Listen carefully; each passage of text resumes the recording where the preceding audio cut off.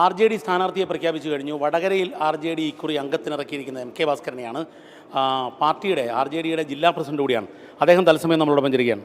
സ്വാഗതം. വടകരയിൽ സ്ഥാനാർത്ഥിയാവുക എന്ന് പറഞ്ഞാൽ അതൊരു വലിയ പോരാട്ടമാണ്.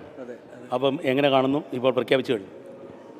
ഇടതുപക്ഷ മുന്നണി സ്ഥാനാർത്ഥിയായി മത്സരിക്കുക എന്ന് പറയുന്നത് കുറേ കൂടി ഉത്തരവാദിത്തമാണ്. നേരത്തെ നഷ്ടപ്പെട്ട മണ്ഡലമാണ്. അത് തിരിച്ചടിക്കാൻ സാധിക്കുമെന്ന് തന്നെയാണ് വിശ്വസിക്കുന്നത്.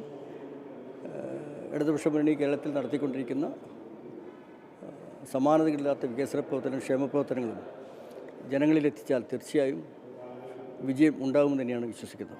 മറ്റൊന്ന്, താങ്കളവിടെ നേരത്തെ ഏറാമല പഞ്ചായത്ത് പ്രസിഡൻ്റായിരുന്നു. അത്തരത്തിലുള്ള പ്രാദേശികമായ കുറേ ഘടകങ്ങൾ അനുകൂലമാകുമെന്നാണോ പ്രതീക്ഷിക്കുന്നത്? തീർച്ചയായും. ഞാനിവിടെ 3 പ്രാവശ്യം പ്രസിഡൻ്റായിട്ടുണ്ട്. ഒരു പ്രാവശ്യം സ്റ്റാൻഡിംഗ് വൈസ് ചെയർമാനായി, ഒരു പ്രാവശ്യം ബ്ലോക്കിൽ മത്സരിച്ച് ജയിച്ചിട്ടുണ്ട്.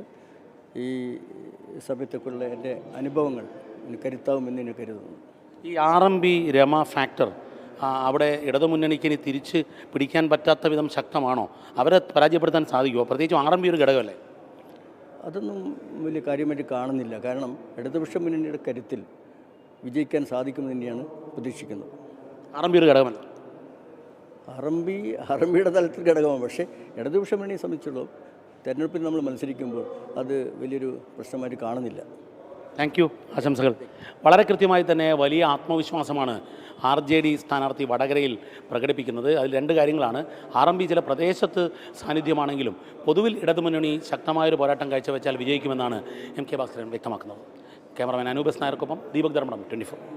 ലോകത്തെവിടെയായാലും ഏത് സമയത്തും 24 വാർത്തകളും ഓഗ്മെന്റഡ് റിയാലിറ്റി പാക്കേജുകളും എക്സ്പ്ലെയിനറുകളും വിശദമായി കാണാൻ ഞങ്ങളുടെ YouTube ചാനൽ നിങ്ങൾക്ക് സബ്സ്ക്രൈബ് ചെയ്യാം.